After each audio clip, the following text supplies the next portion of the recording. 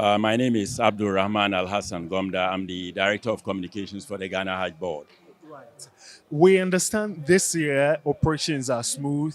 There have been little less of a chaos compared to last year and everything. Can you run us through everything you've been experiencing since Tamale and now in the crowd? Sum it all up for us. Yeah, we had similar operations in Tamale. In fact, midway, we discovered that we had to increase the flights in Tamale as a result of a surge in numbers, as a result of people here wanting to rather fly from Tamale to Medina. So there was a reversal of the positions. Tamale was supposed to be 4 initially, Accra 5. But when we realized the increased numbers, we made Tamale 5 and Accra 4. And we didn't have any problems in Tamale.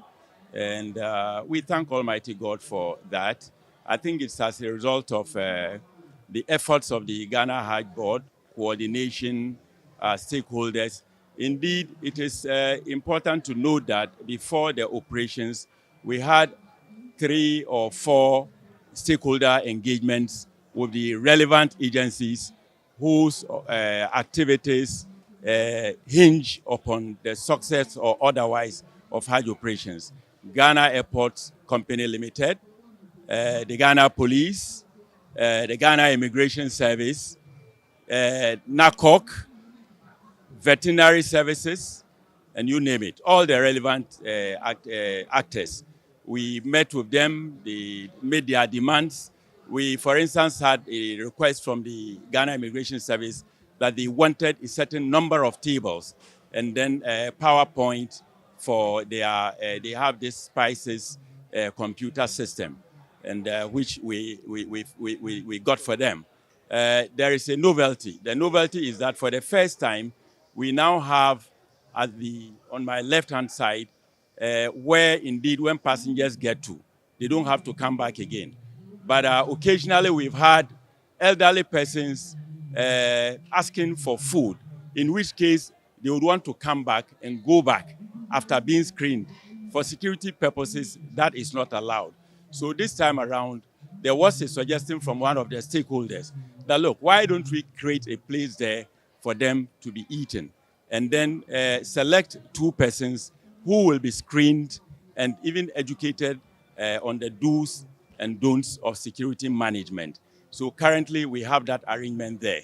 Now we have come to Accra, and like Tamale, so far so good, except that there was a slowdown of the system yesterday. The IT system slowed down. So we have a backlog of visas to print, which has, somebody who is traveling to Saudi Arabia for the first time, and in that case, outside Ghana for the first time, there is a certain anxiety and excitement.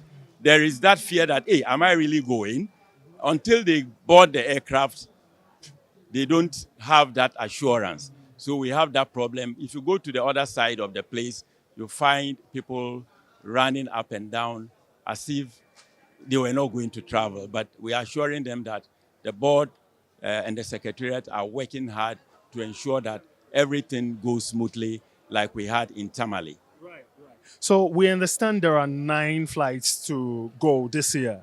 9, and 8 out of the 9 have already left. So we just have one more flight to go. And looking at the numbers out here, do you think the one more, which takes about 430 people or 415, as we've been told, do you think the numbers are more than the flight seats, or it will take? Most of the people you see outside are relatives of those traveling. You find one person with about 15, sometimes 20 people following them to come and accompany them. And so you cannot look at the numbers outside and say we have exceeded the number. In fact, today the board has held 3 meetings already to keep a tab on the numbers. Should there be any overflow, we will have an alternative arrangement. I think last year or so we had something like that where we had to engage commercial flights for the leftovers. How many people in total, off the top of your head? We have a quota of 4,000 this year. 4,000 Ghanaians. Yeah, 4,000 Ghanaians. Officially, we are giving like 6,500 every year.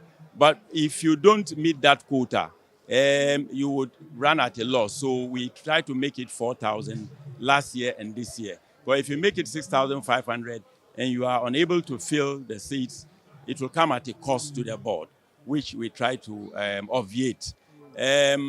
We had this problem of people deciding to go to Saudi Arabia to go and perform the Hajj on their own. They use non-Hajj visas, something the Saudi authorities frown upon. But this year they've issued warnings, multitude warnings to people who come there on tourist visa not to attempt going to perform the Hajj. Indeed, people don't even know it. Saudi nationals have to apply to perform the Hajj. Reason being, there is a need to control the numbers. Where you have about 4 million people coming from all over the world, congregating on a point for the purpose of undertaking religious rituals. If you don't control the numbers, people will die, stampede and fatalities. So they always want to keep a tab on the numbers. So if you go and obtain a tourist visa, then you hide to go and perform the Hajj. You are giving problems to the Saudi authorities and to the Ghana Hajj Board because we feed pilgrims 2 times a day. We have a specified number of beds in the hotels. So if we exceed 4,000 as a result of infiltrators, maybe raising the figure to 6,000, you can imagine the challenges we'll have logistically.